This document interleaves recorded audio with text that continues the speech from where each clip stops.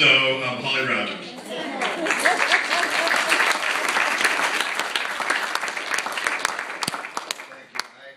It's always an adventure to be introduced by Taylor.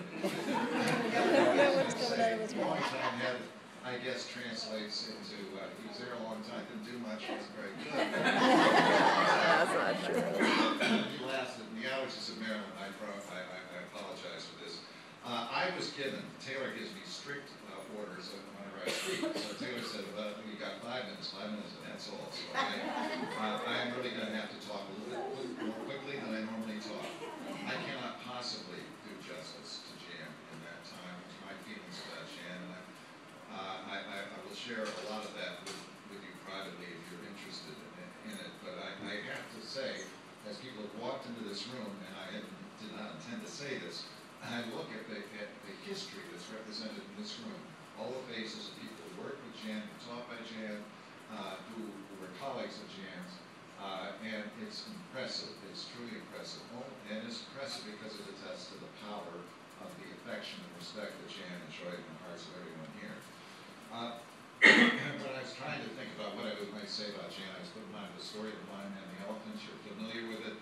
There's 6 blind men. They're trying to find out what the elephant is like, what the essence of the elephant is. One touches his legs, so the elephant's like a pillar, and another touches the ear, the elephant's like a fan. And a different one touches the tusk, it's like a pipe, and so on. You get the drill.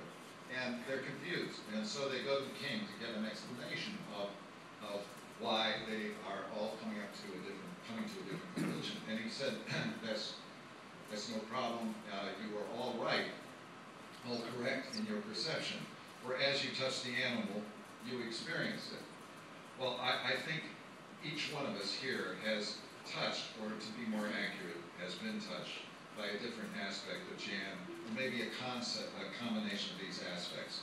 As Lisa said, Jan is a teacher, as an advisor, as a mentor, as a leader, as a beloved colleague, and as a beloved friend. And of course, all of this applies to the ways in which she touched this unique community. It seems to me to be so appropriate that Jan understood the importance of a firm foundation in development, in developing the campus in physically and in other ways, and yet she was so wedded to the educational mission of the school. And here, this memorial is in the right spot for Jan, I think. Jan came to Oldfields, as Taylor mentioned, in 1979 as a teacher of French, English, field hockey coach. She lived, I think, in the fishbowl, is that what we called it at that place, now the Salisbury apartment, and it's much better than when Jan lived in it, although Jan always made every place a better place. 1 year later, she was appointed as director of alumni. That was a testament, of course, to what we immediately perceived as being her extraordinary people skills, and her intellect, her organization, her drive. And only 1 year later, she became director of development at Oldfields, and that's pretty extraordinary for someone who came as she did to Oldfields.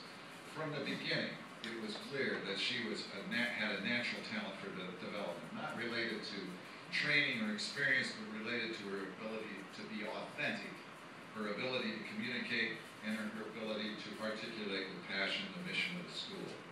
Alumni, past parents, present parents at that time, trustees, all knew that she was genuinely interested in them, and she understood what was important about Oldfields in the present and for its future. She left Oldfields in the mid-'80s to become, as Lisa referenced, an educational and development consultant here in the Baltimore area. I think it was a year and a half later, I may not have all of my chronology straight, a year and a half later, she called me on the phone and said, I would like to come back and fill the vacant development position.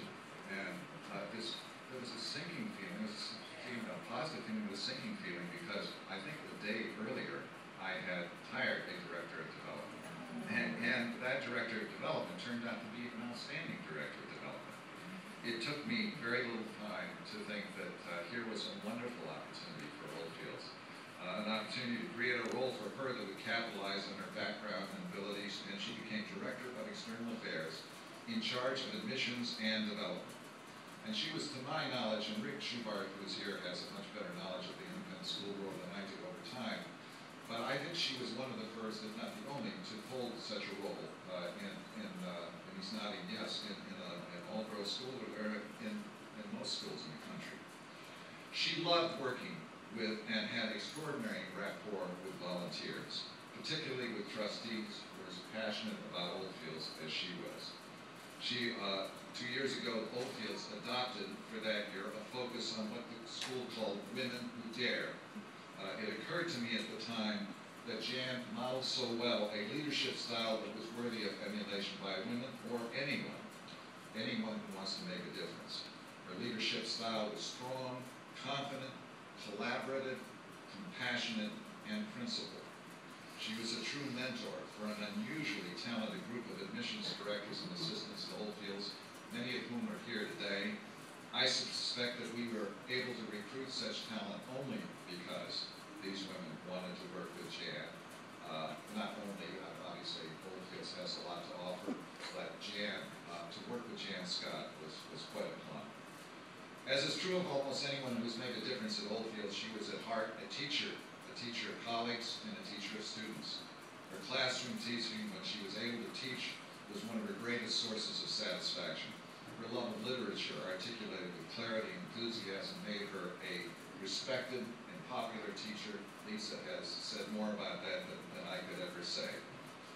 With the exception of Taylor Smith, I probably spent more time with Jan in one-to-one contact professionally than anyone. She was a joy each and every day. It was her optimism, her sense of humor, her joie de vivre that made me detour to her office frequently when I had no genuine reason to do so. I probably was just